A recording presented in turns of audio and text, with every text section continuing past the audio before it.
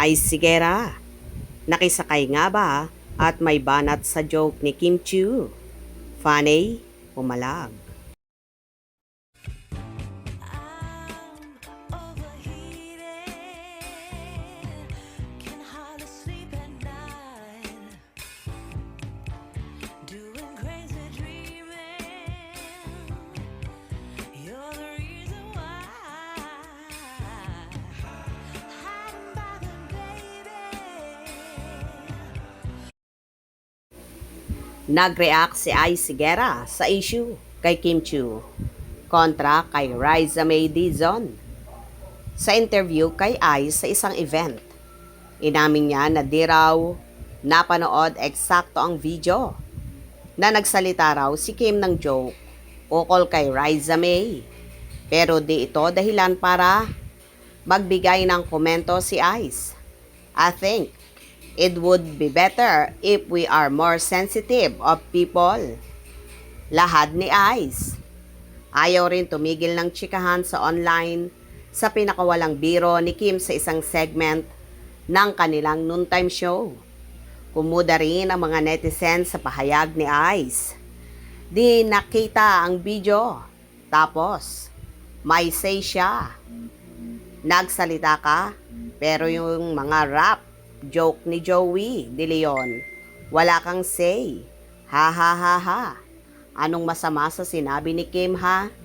Ice, I think it would be better also if you have an open-minded to the joke of other person and be sensitive also to the jokes of Joey De Leon.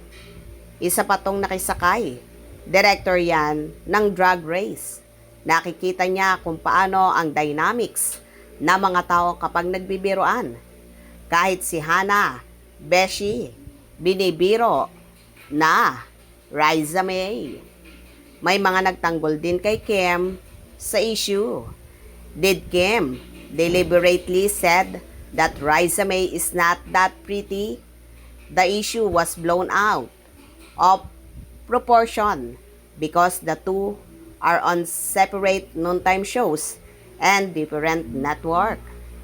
Hindi naman si Lotus Fit ang kahawig ni Raisa. Si Jugs mismo. Mas kahawig ni Jugs si Raisa kaysa nagpanggap na Lotus Fit si Jugs. Yun ang ibig sabihin ni Kim. Joke for Jugs. Intindihing mabuti ang joke na sinasabi nyo kasi basta galing talaga sa bibig ni Kimi. Asahan nyo na ang mga bashers. Kaloka nga at pati si Ay Sigera ay tila kumuda at may banat sa naging joke ni Kim tungkol kay Riza May. Dapat hindi na lang nagbibigay ng opinyon para hindi naman masabing pinagsasabong ang mga kapwa artista. Good vibes lang. Hope you enjoyed. Please subscribe for more info.